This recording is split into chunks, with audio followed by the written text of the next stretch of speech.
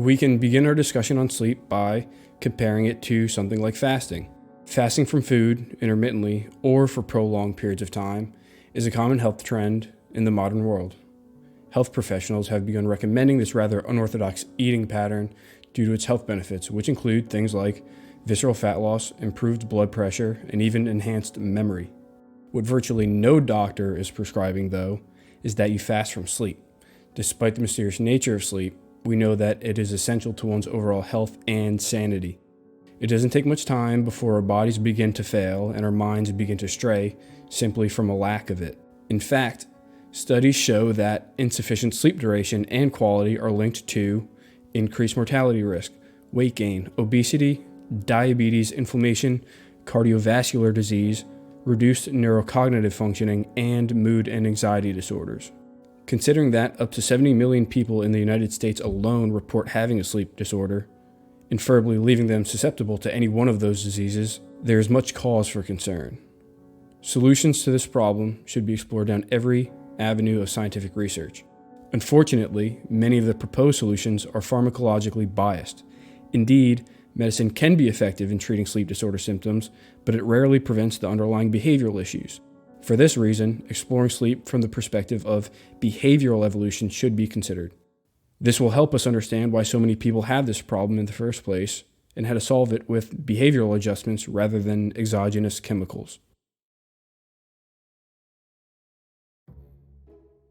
First, it's important to understand how human sleep compares to that of our primate relatives, from which we share a common ancestor. Then, we can look at how human sleep behavior is unique. This will give us a rough timeline of how our current sleep patterns evolved to be. The earliest primates, resembling modern-day galagos, were probably small, nocturnal, and lived in the trees. Phylogenetic analyses suggest that they likely slept in tiny tree hole nests. As some primate species evolved, many of them grew bigger, and they can no longer fit in those small tree holes. They resorted to sleeping on branches, like we see in many modern-day monkeys. Still, some grew even bigger. Because of this increase in size, sleeping on a single branch became dangerous, increasing the risk of a catastrophic fall. This triggered an important evolutionary transition in the ancestor of all great apes. Humans, chimpanzees, gorillas, and orangutans all build nests, or platforms to sleep on, which is believed to be a 14 to 18 million year old behavior. By creating this platform, the great apes of the trees can increase stability and reduce the risk of falling. We, on the other hand, build our platforms on the ground, which marks the transition to uniquely human sleeping patterns. It is argued that fire is what enabled us to make this terrestrial transition, by providing protection from predators. There is one aspect of human sleep that is of utmost importance, though. Of all the primates, our sleep seems to be the most efficient. Now let's look at these two factors, fire and efficiency, in greater depth. Like much of our anatomy and psychology, our sleep architecture has been sculpted by evolution. Accordingly, natural selection has favored sleep behaviors, which led to greater reproductive success for past humans. The transition to terrestrial life, as noted above, changed the selective pressures placed on humans, which then had downstream effects on our sleep. First, sleeping on the ground made us more vulnerable to many large-bodied predators that otherwise could not reach us in the trees. Fire likely helped make these predators more visible in the night, and probably scared many of them away. Its smoke would have also deterred pathogen-spreading insects like mosquitoes. Second, the fire itself would have come with some costs as well. Most obviously, it would have attracted other human groups, making intergroup raids more of a threat. Third, by extending light into the night, fire would have provided more time for groups to socialize.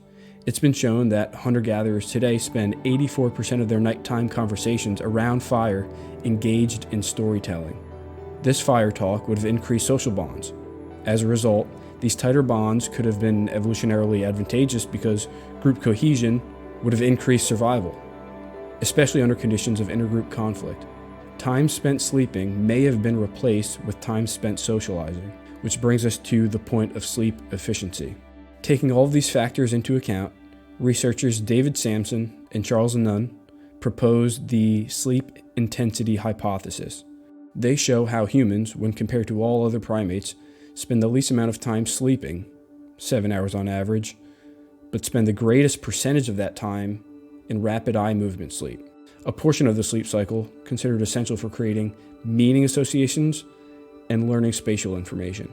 Accordingly, they claim that the combination of increased predation, increased intergroup conflict, and the incentivization of more social time put the necessary selective pressures on ancient humans to consolidate their sleep into shorter, more efficient time spans. Quote, in full-time terrestrial environments, hominins sleeping in large sentineled groups on stable ground beds protected by fire would have been uniquely positioned to capitalize on the adaptive advantage of deeper, more intense REM-dominated sleep. End quote. Now, how can this evolutionary framework help explain why people have sleep problems today? Insomnia is a sleep disorder defined by the inability to fall and or stay asleep. It is often associated with stress and a hyperactive nervous system. It is a growing trend in the industrial world, but researchers Patrick McNamara and Sanford Auerbach suggest that it stems from our past. They propose that insomnia-like tendencies are an adaptation to increased night-related threats. Again, by increasing the threat of predation, the transition to living on the ground would have incentivized ancient people to sleep with one eye open. Studies on modern-day Hadza hunter-gatherers support this notion, showing that only 0.2% of the time, all members of the tribe are sleeping simultaneously. In other words, for 99.8% of the night hours, at least one group member was awake. Now known as the Sentinel hypothesis, asynchronous sleep patterns between individuals in the group evolved because it helped prevent external threats. The problem lies in that while we still sleep terrestrially, we do it in safe conditions that are mostly unexposed to predators and violent humans. Our biology may have been programmed to be on edge while we sleep, but this is no longer a serious concern for many of us. As a result, sleeping itself may be difficult for some. Although these sentinel sleep interruptions are present in modern hunter-gatherer communities, they don't seem to develop pathological insomnia like people in industrialized countries.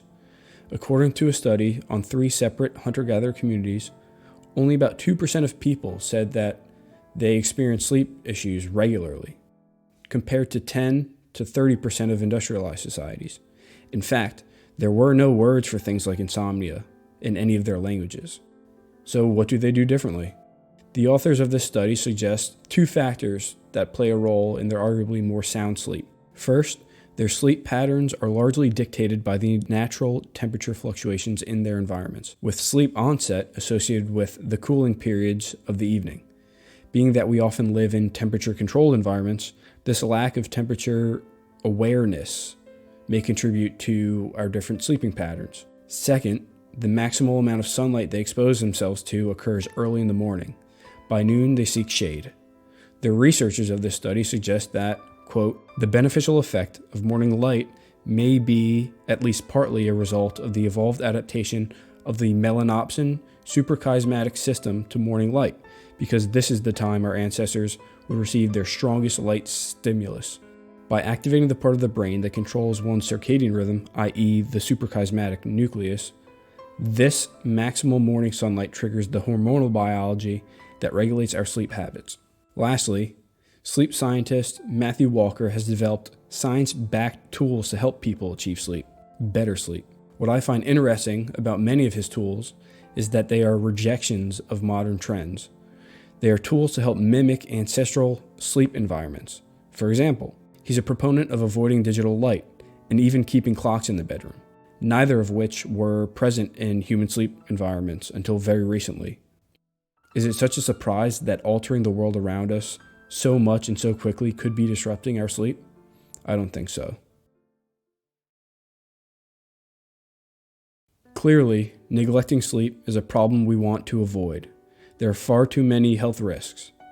By looking at the evolution of human sleep, we see specific factors, such as sleeping on the ground and the use of fire, that cause us to develop a unique sleep architecture when compared to other primates. This led to downstream effects, one of which is increased sleep efficiency, but the other is a propensity for insomnia-like symptoms. While it is a fallacy to assume that just because hunter-gatherers do it, we should do it too, These cultures may offer us some insights as to how we can improve our sleep. Simply consider dropping the temperature in your house before you fall asleep and view your morning sunlight. Also, avoid screens and clock watching before bed. Sweet dreams. And that's a wrap for the very first Evolve Point 2 YouTube video. If you liked it, leave a like, leave a comment, click subscribe. More videos are to come. Every Monday I'll be dropping a new video. And if you maybe don't like videos or you don't like my voice or something like that, if you go to the description below, you'll find a link to my newsletter. There you'll receive the full transcript of every video every Monday with citations for all the references, all the studies I'm talking about in these videos. So go ahead, go subscribe to my newsletter, and I'll see you next Monday.